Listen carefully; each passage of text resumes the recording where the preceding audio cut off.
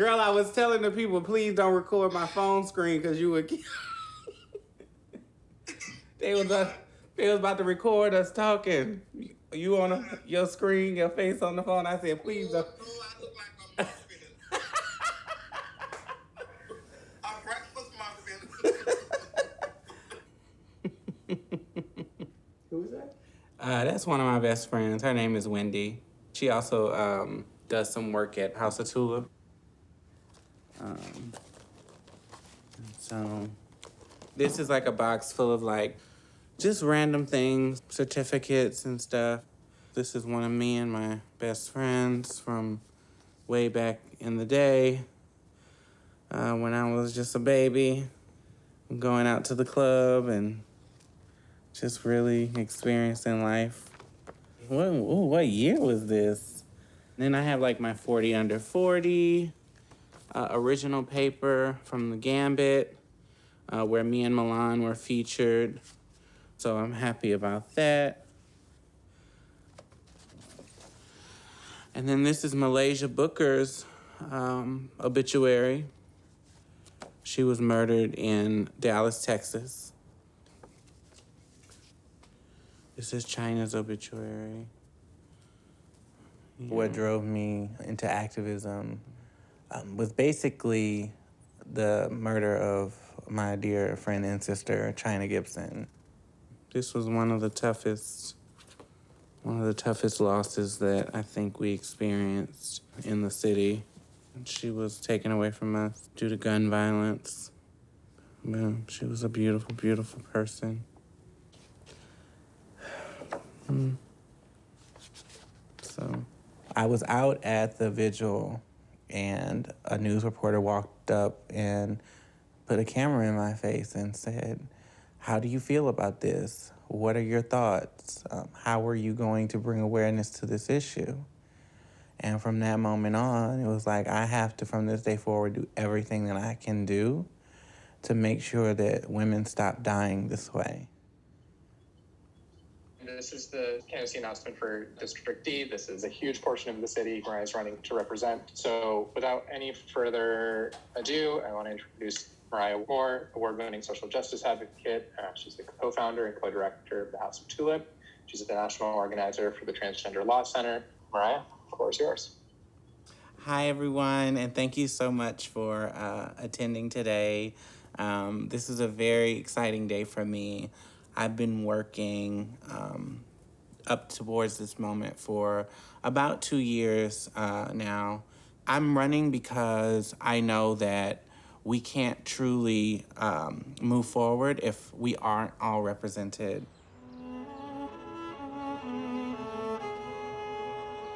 For Black trans women, particularly here in New Orleans or Louisiana, period, housing really sets the stage for what eliminating violence looks like.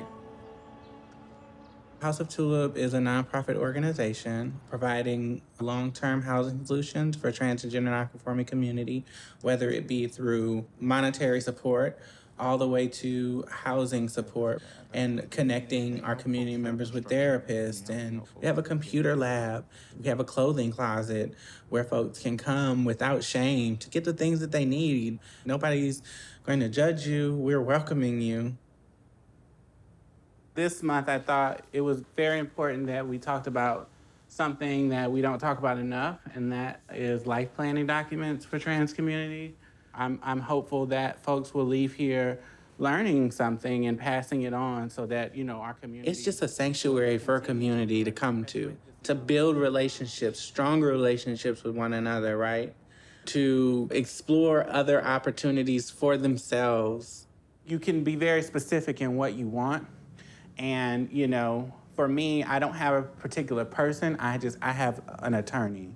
It took me a long time to write all these things out.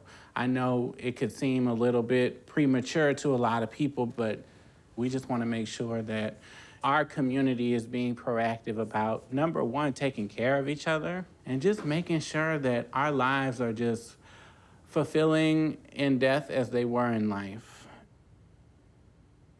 A lot of my friends, I didn't get to celebrate them. Some of them are in graves and I don't even know where they are, just walk in the graveyard and hope that I'm on the right spot because they don't even have a headstone. So this is very important, and a lot of organizations don't make an effort to discuss it, but people should know that this is something that should be primary in their life and not as a result of an accident. So that's all I got.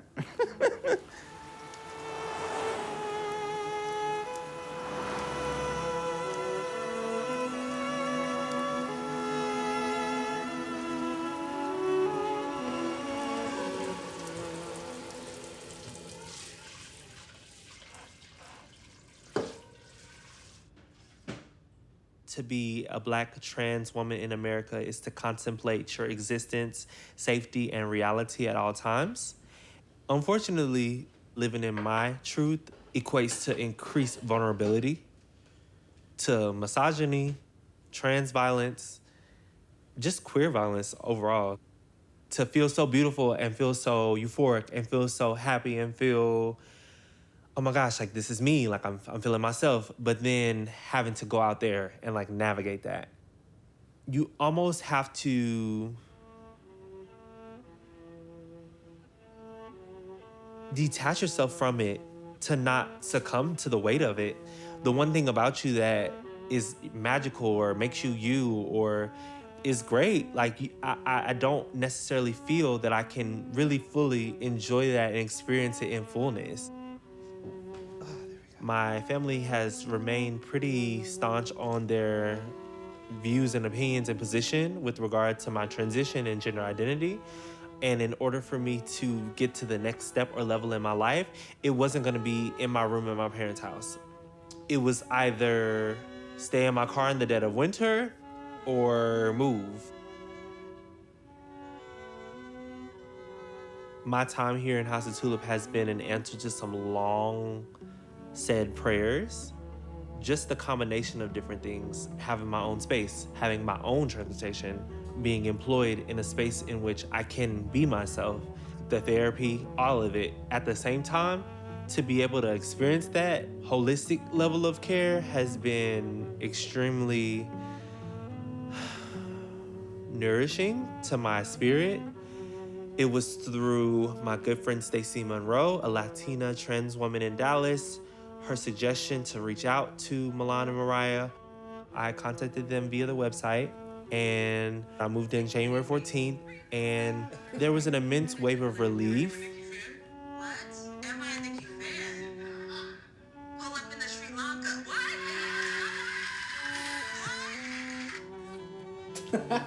I just have so many goals, aspirations. I want to be a musician. I want to make music. I want to make art. I want to go to the Dominican Republic. I want to go to Africa. This vision board is a way to scale down and really prioritize and focus on the things that I'm wanting, as opposed to just letting them float transient in my mind. Most of my empowerment comes from my sisters, because when I don't see it in myself, I see it in them.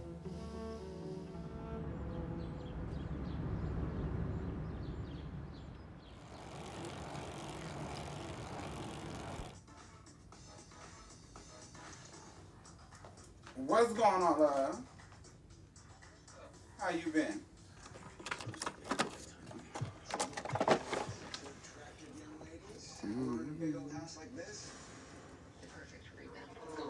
Girl, at one point in time, it used to take me forever to do this.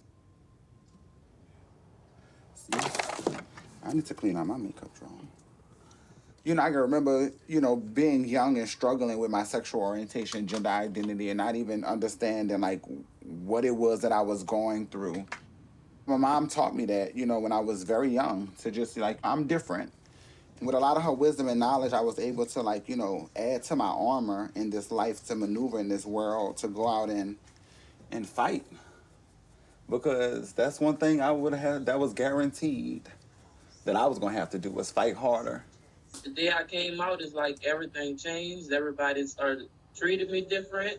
And one day they kicked me out the house. Kicked me out the house. Nowhere to go. I still stayed in the apartments that we were in, so I kept all my stuff in the laundry room. But one night, didn't know till like I made it halfway back to that laundry room that I was being followed. He followed me to the laundry room. He put me on my knees, and he had one hand behind his back.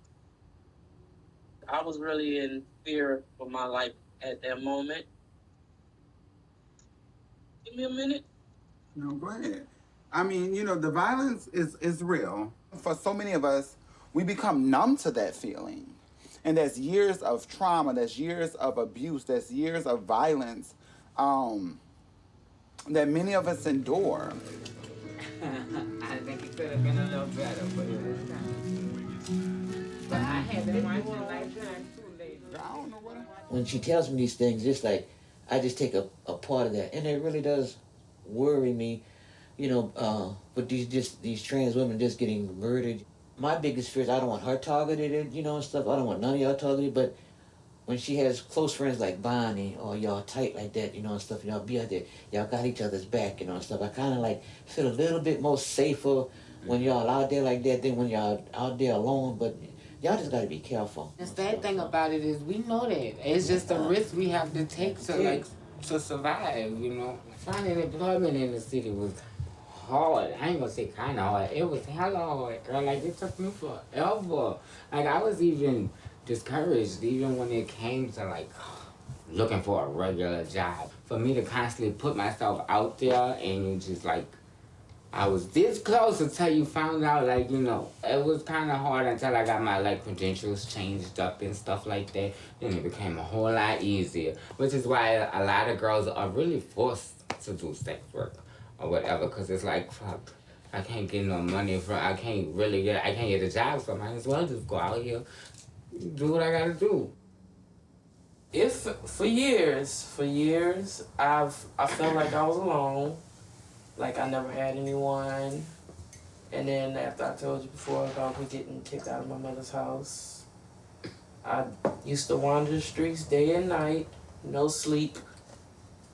I went to a shelter for like 6 months. They didn't even help me. They put me in a section with all the men. Mm-hmm. And I couldn't do anything else at the moment. I really had no money. I couldn't get hired anywhere. You're in survival mode. Like serious survival mode. And it was, what am I gonna do? Every day it's like, what am I gonna do? Many of us was in the same predicament. Many of us was in the same situations and boat. Many of us was runaways from home. Many of us was pushed away from home. And we found each other, and we built those relationships. We built those bonds because it was very important and vital to our survival as young trans youth. I'm a strong believer. It's when you stand by and you do good by community, community will stand and do good by you.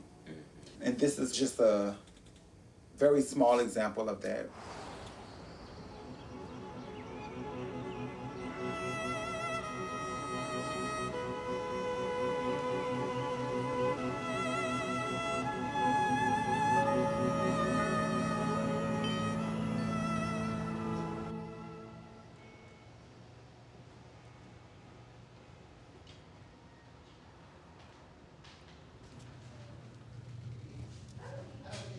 I'm currently about to announce my run for City Council District D. I know it's early, but this is not unusual. This is part of the culture, and it's Mardi Gras. With heightened visibility, there's more vulnerability, but it's also so important to be shown. Representation matters. And one of the reasons why I'm running for office is because I really wanted to create and make change on a local level. One way that we can create change but also have a voice in the decisions that are made is also by being one of those decision-making persons at that table. I love that. I was gonna say that's a good I one right love that. That's a really good one. How they say in the Dominican Republic, I love it, I love it, I love it. Trans people are executive directors at organizations. We are running for offices across the country. We are therapists and lawyers. We are the Assistant Secretary of Health of the entire United States. These things are important. So when people look at you, they're able to see more than just a victim or someone who has been traumatized. They are able to see your humanity.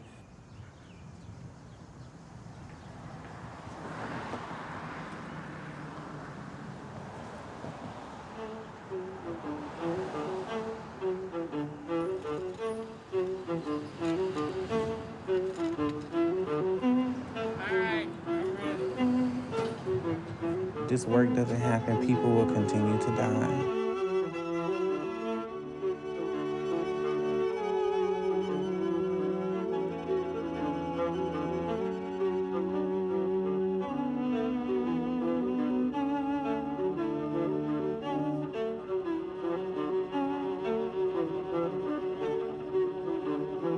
As thankful as I am to do this work and as honored as I am to do this work, every day I wake up, I think today could be the day that I am killed. Today could be my last day on this earth. And it doesn't matter how visible I am or all the things I've accomplished, they mean nothing.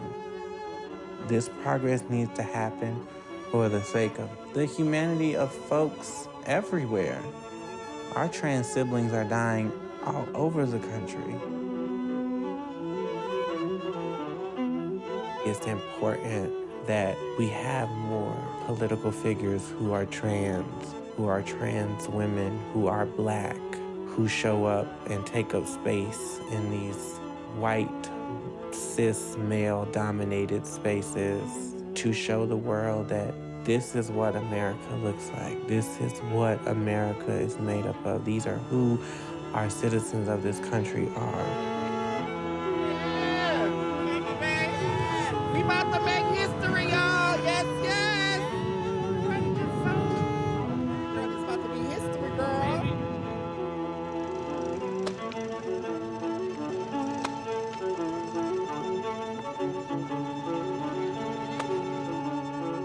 Every year, November 20th is Transgender Day of Remembrance, and it's a day that many of our local LGBT, specifically trans, sister organizations honor and uplift those individuals who have lost their lives due to senseless violence.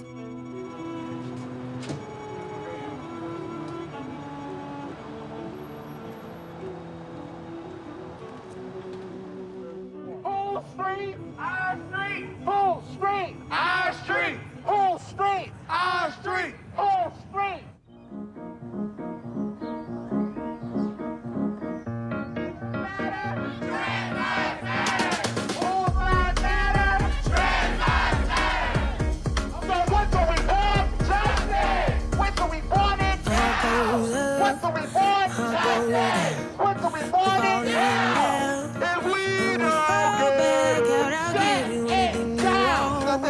Anything you want, anything, just don't tell me no, stop it still, then you make it up. You're like a pill that I just can't trust. You told me to stop, but I keep on going. Told me to stop, but I keep on going. Told me to stop, but I keep on going. Keep on, keep on, keep on. You'll never stop this thing. I will never let you go.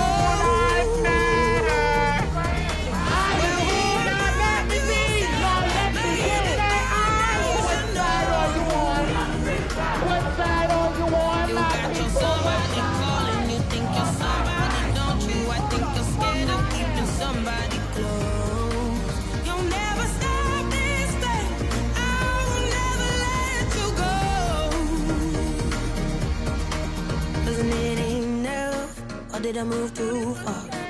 It's all too much. I think I must be meant to give you everything I had, everything I had, everything, everything, but it still went bad. Tell me to stop, but I keep on going. Tell me to stop, but I keep on going. Tell me to stop, but I keep on going. Keep on, keep on, keep on. You'll never stop this thing.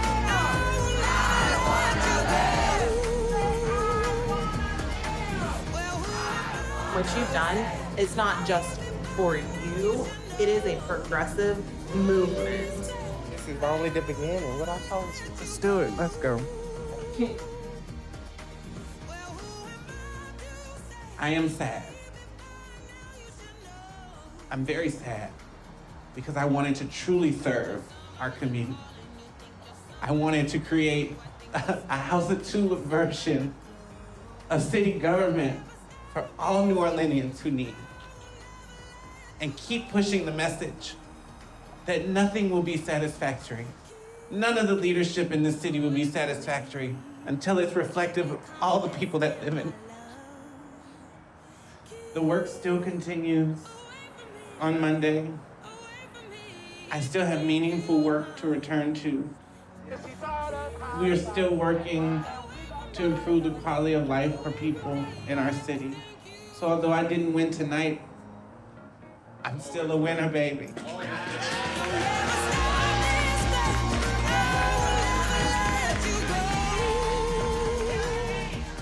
We show up for people because at the end of the day, it's our duty and our responsibility to make sure that our community that we're serving is taken care of. So that's why House of Tulip do what we do, and we do it unapologetically.